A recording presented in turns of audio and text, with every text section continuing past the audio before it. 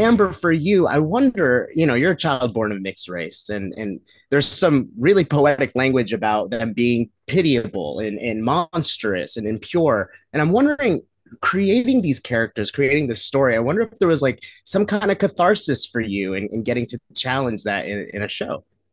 Absolutely. There's a little bit of embarrassment in talking about that, in talking about feeling like an other. You always want to just pretend like you're fine. If friends or classmates, when you're growing up, make a comment, you laugh with it. Sometimes you make a joke before they can make the joke. And to really get to do a deep dive into this and just kind of create this world where, somebody takes those seedlings of anger and then just mows down a bunch of people. I mean, I've never imagined mowing down people, nor will I ever, I hope. But there's definitely something cathartic and fun, and it is meant to be cathartic and fun for anybody who's felt marginalized. And I think, most people feel marginalized at some point in their life. So What was the thought process of creating Mizu that she still felt heroic, even though she's doing some pretty horrible things to innocent people? Yeah, I mean, she's on her revenge path that at first glance you're so behind. You're like, yeah, get him, and then you sit with it, and I remember when we were first even pitching the story to people and to Netflix and talking about it. I said, what we realize is you might be hearing this and thinking, oh, I feel bad for her. Mm. It sounds like she has a lot to work out, and that, yes, that is good. Leaning into that, but that starts with just really helping people grit their teeth and experiencing her anger. It's such a visual feast, like I could feel the Kurosawa, I could feel Kill Bill, I could feel Game of Thrones in a lot of ways. But when you're writing these fight scenes and these action sequences and these set pieces, how did the translation from like paper to screen, how did that transition look like for you?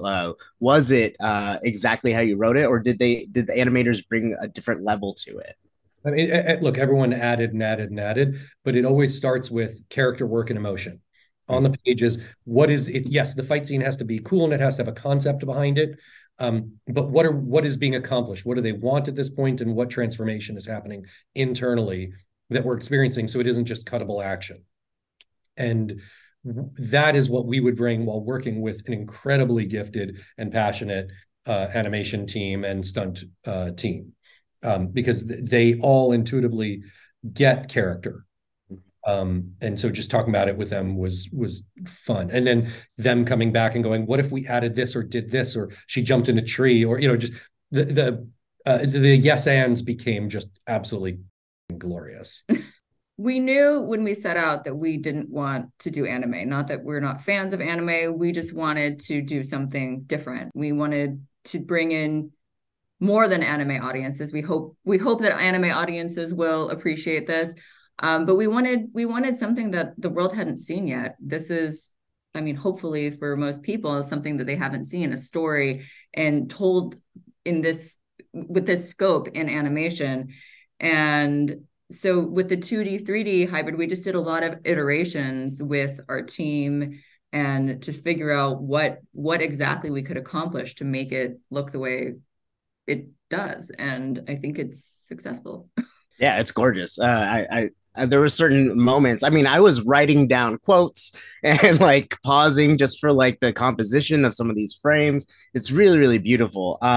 But it's beautiful, it's badass, but it's respectfully also very sexy. It's a very sexy show, and I'm wondering what kind of impact did you guys want those intimate moments and those scenes to make on the story overall? In general, we tried to, we made sure that none of the sex scenes were gratuitous, Mhm. that they were all in service of our character or the storyline. Some things that you might see in a brothel, those were part of, a lot of our research about Japan at the time not having the same Judeo-Christian puritanical views that much of the world had at the time, or at least even the Western world. And if you look at the woodblock prints, the ukiyo-e woodblock prints of the time, they were very sexual. And so, there was no embarrassment around sex. And we were trying to like take away that embarrassment around sex. So we were hoping to not make it just sex for sex sake, but like tell something about the culture, tell something about the world that our characters existed in. This story is so good. I don't want to get into spoilers, obviously, but I got to wrap. But I can't wait for season 2. I hope it happens. Here's hope so too. Yes. Please bring us many, many people so starting we can November keep 3rd. I've already started bugging my friends to catch it once it drops. So awesome. Congratulations, y'all. I said the samurai could not be stopped, but you wouldn't listen. Just a man. Let him come. He's no man.